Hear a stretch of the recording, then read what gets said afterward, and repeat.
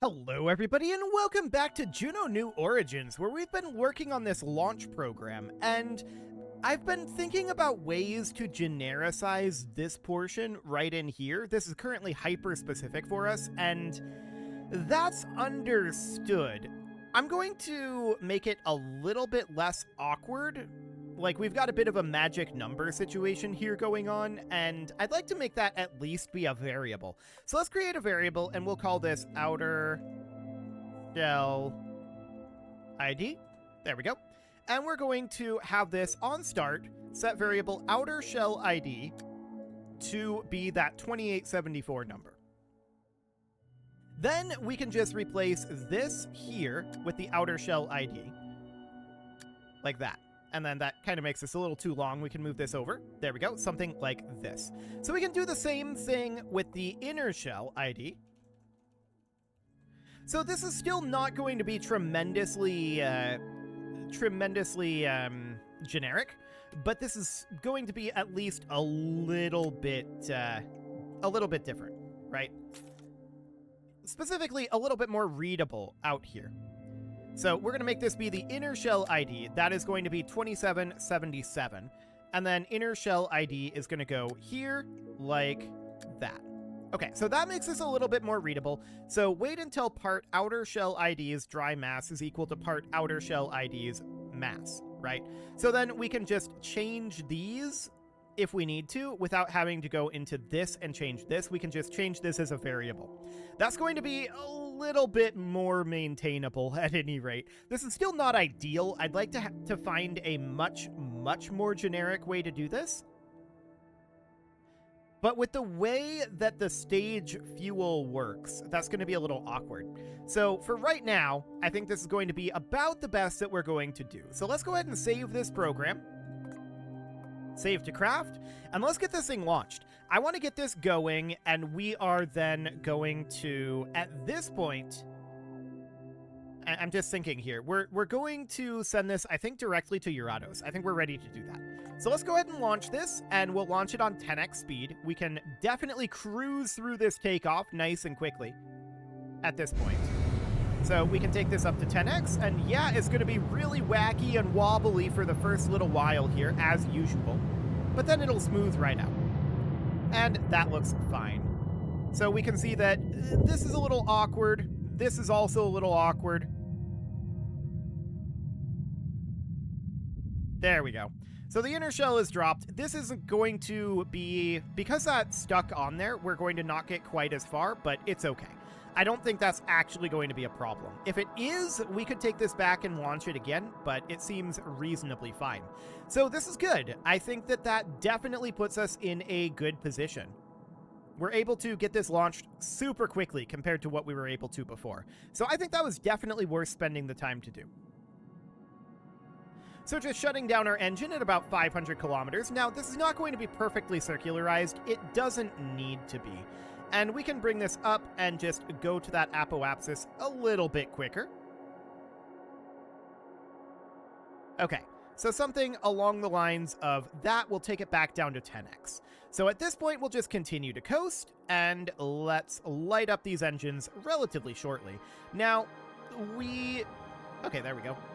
How much fuel have we burned here? It's a decent amount of the fuel, no doubt about that.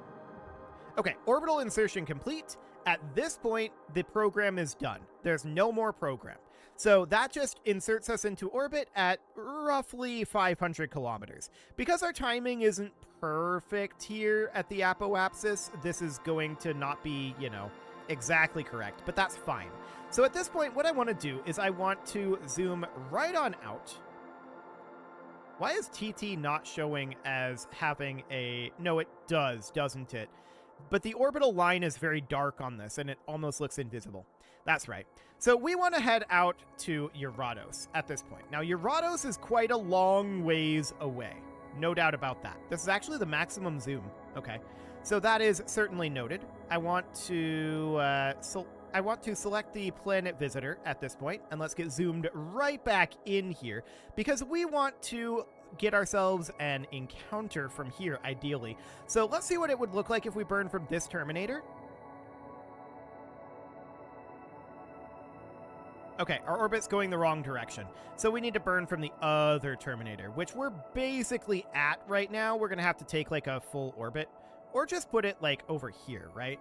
It's going to be in like 2.6 minutes. We're probably going to need to wait for that a little longer.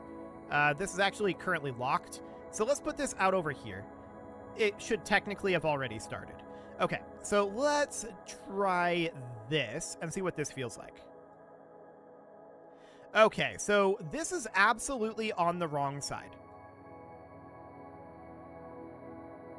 Yeah, our transfer window is a little awkward. We need to be going out here. So to that end, we could take it around to over here and see what that feels like. But even that, as you can see here, it's not ideal under any circumstances. So, I mean, this would be pushing us up over this direction. We would be... that transfer window is actually not the worst thing in the world. Let's move this over to approximately here. Let's pull this back a wee bit. Hey, that looks okay. So this gets us about 20 gigameters. Can we bring that down to about 10, perhaps? This is going to be, I think, a pretty big braking burn.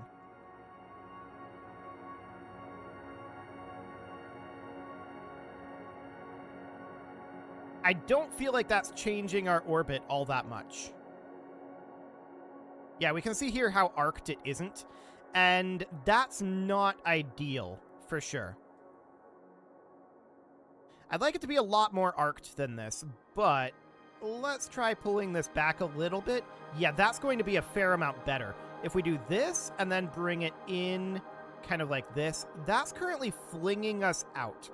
Are we coming in retrograde? That's an interesting question here. We're also coming in at quite an inclination, so I would like to maybe make a little bit of a tweak to that one. Okay. So that would be something kind of like this, about 2,000 megameters. What I'm wondering right now is if we come in over here, okay, that is a lot more arced. That looks good. And this is well outside of the orbit of the moons as well. Okay, let's do it. So the overall delta V here is going to end up being how much? 1.43 kilometers per second. It's not recommended, but I'm going to do it anyway. It's going to be a burn time of 8.9 minutes. And let's go ahead and get that started. Okay, so we're lighting up that engine, and let's take this up to 10x speed. We're probably going to need to do a corrective burn on the way out, and that's absolutely understood. So once we get to about here, we'll do a corrective burn. So how much fuel do we have left in these tanks? Currently about 50% is the answer. So let's get this accelerated right on up. We now reached 50% of our burn. We're up to medium accuracy, so that's something. Yeah, we'll definitely have plenty of fuel in these tanks for a braking burn. So that seems okay. Cool. So this is about 95% on the burn, and there we go. That's the burn completed. So the overall approach here, as we can see, not the most accurate. So let's go ahead and warp up to escape velocity. There we go. Or rather, just escape. And sometime around here, this is going to be in 11.73 hours. That's fine.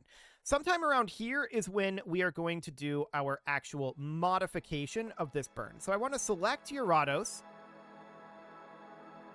And this is not showing us our actual approach, but maybe with this open, that doesn't actually show us. Okay, that's a little unfortunate. We're going to have to do it this way. So I'm just looking right now at our inclination, which looks pretty okay. So I just want to dial this in a little bit then. So specifically, we want it to be about here, right? So we need to change when this occurs by doing something kind of like this. I want to take this down again to about 2 megameters. That felt pretty okay in the amount of bend that was happening there. So this seems fine. This was going to be 318 meters per second. Let's go ahead and warp to that. Looks good. So this is only going to be a few meters per second burn. 75 seconds. Okay, let's warp through that. So this is mostly radial correction, and that's understood. 3, 2, 1, 0. This is a much, much better encounter. Okay, let's warp on up over here. Your Visi program has run out of juice. Charge your batteries for it to resume its program. Okay, so our batteries are currently not charged. Recharge rate of 3.27 watts. So that's interesting. I'm wondering how much juice the program is actually taking. Flight program. Okay, so the flight program was taking some juice. No doubt about that. But when it recharges, the flight program takes juice again. The program should be stopped at this point. There should not be any additional on that. But we can deactivate this part. That'll be fine. And at this point, it's going to be a while, 5 years, before we get here. So that'll give some time for our juice to recharge here. I'm just wondering, is there a way that we could just completely exit this? Maybe I'm doing that wrong. Maybe there's a way to have the program simply end rather than just like going out of scope the way that we're doing right now. So we're just going to position out over this way for now. Although I would like to be, getting some amount of power here. We're getting a little bit. So the main concern at this point is that we're not perhaps going to have enough juice to do a braking burn, considering we are electrically fed. So that is potentially an issue. At the periapsis here, we're going to do a burn, and that burn is going to be something like this. Okay, so we would want to circularize that up somewhere like this. I'm assuming we are coming in prograde. Let's warp to about here and find out. Yes, we're coming in prograde. Okay, so that looks good.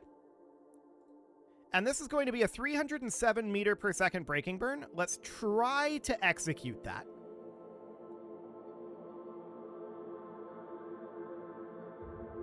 Okay. The question is, will we have enough juice to enter orbit here?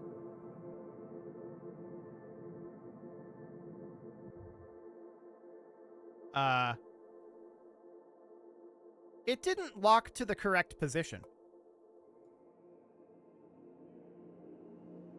That was wacky. Let's take this down to 1 megometer. I wonder if it didn't... I know why it didn't.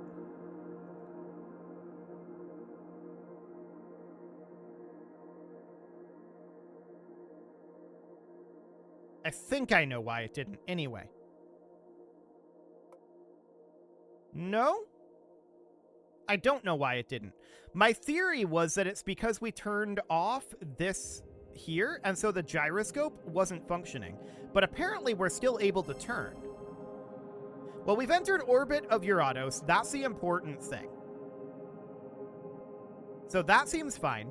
So we're going to bring this down to this orbit, and then we're going to need to do another burn here to drop down to a 1 megometer orbit. That'll be the idea. How much fuel do we have left in these tanks? 23. Okay, that's pretty good. We're doing fine on that front. Okay, so 1 megometer, roughly, or actually 996 megometers. This is a gigometer, so that's fine. We're going to plan a burn at the periapsis, and the idea behind this is a circularization burn. Now, we're basically in plane with these moons. That was lucky. I don't know how we managed that one, but we're basically in plane with the moons, so that looks good. We're going to target 996, I guess, and just circularize it like that. So that's going to be about 100 more meters per second. That looks good. We're probably, on future runs, going to need an inclination change here, but we're pretty much in plane with the moons. I like it. So which moon do we want to go for? We need to just kind of pick one, because we need to land on all of them eventually. But the question is, will we have enough fuel to land on 2 with this particular flight? If we landed on 2, that would be great. We could land on 1 and then 2, and then maybe one of... Do any of these have atmospheres? Not that one. That's also going to be very low gravity, so that'll be low delta V. What do we got here? Oh, that's got an atmosphere. We're almost certainly not going to be lifting off of this one again. That's a thick atmosphere there. Okay, so that is noted. What about this moon?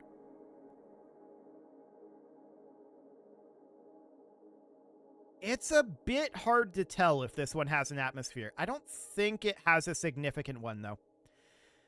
So we may or may not be able to lift off of that one again, depending on delta V, or rather thrust to weight. And then there's this one, which is in really close. This one's going to be low delta V to land on, but to get to it is going to be interesting. So there are 4 here. And unfortunately, this one is the furthest out.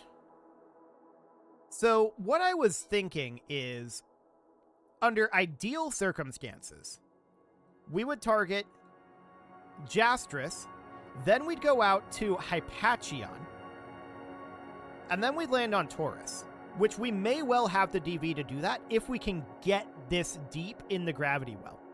This is very, very, very, very deep in the gravity well. The other thing that we could do, because I was thinking then we would land out over here and then take off here and then land on Atraitus. The other thing we could do is do it the other way, where we would land on Boreas, then on Jastris, which would in theory take very little DV to do, and then into Atraitus. So that would mean Hypattion and then Taurus at this point.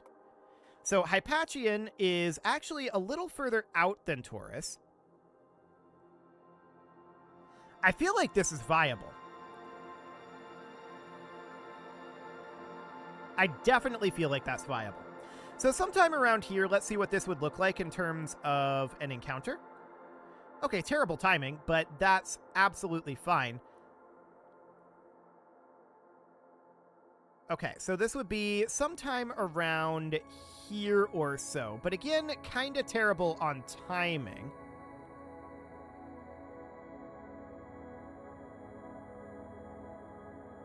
Boy, it just really doesn't want to give us a closest approach other than this one. Well, that is reasonably fine. I guess it's because of that inclination. Oh yeah, it's because of the inclination. So this one is definitely way more inclined. What is this inclination? It is...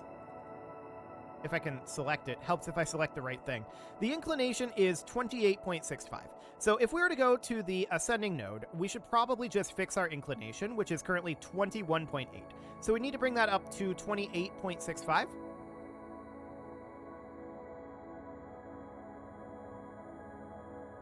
Something like that. Okay, 90 meters per second. Do it. That'll be absolutely wonderful. We'll execute that.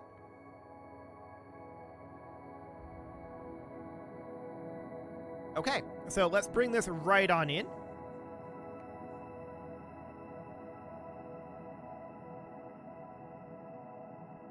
One thing I'm wondering right now is...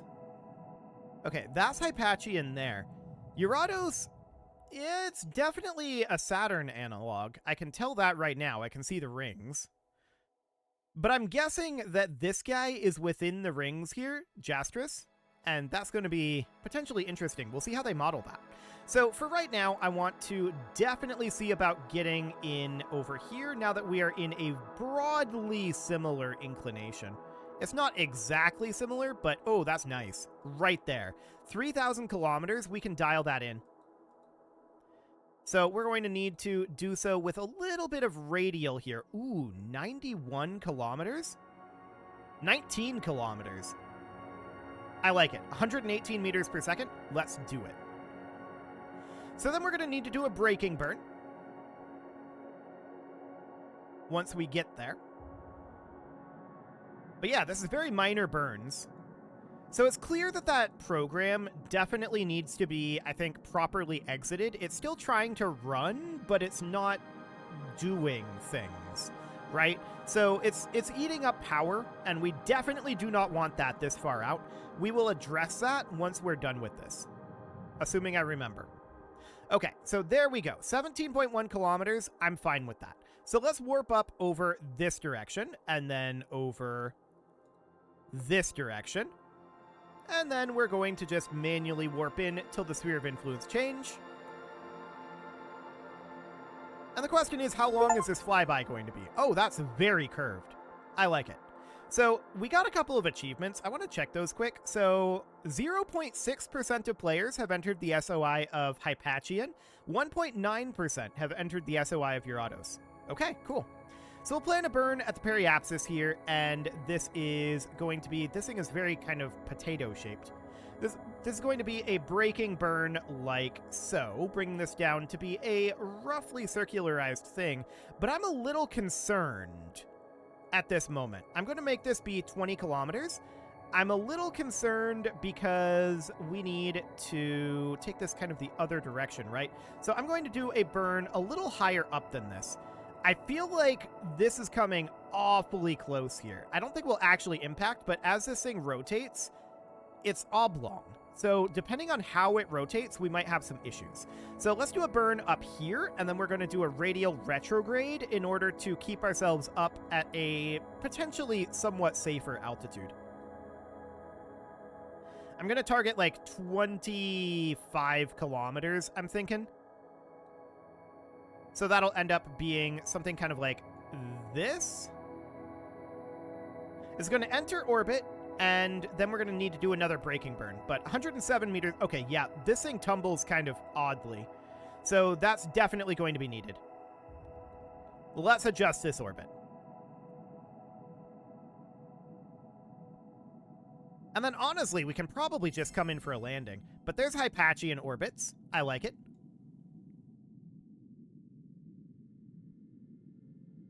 Okay, how are we doing on fuel? Still 16% fuel in the drop tanks.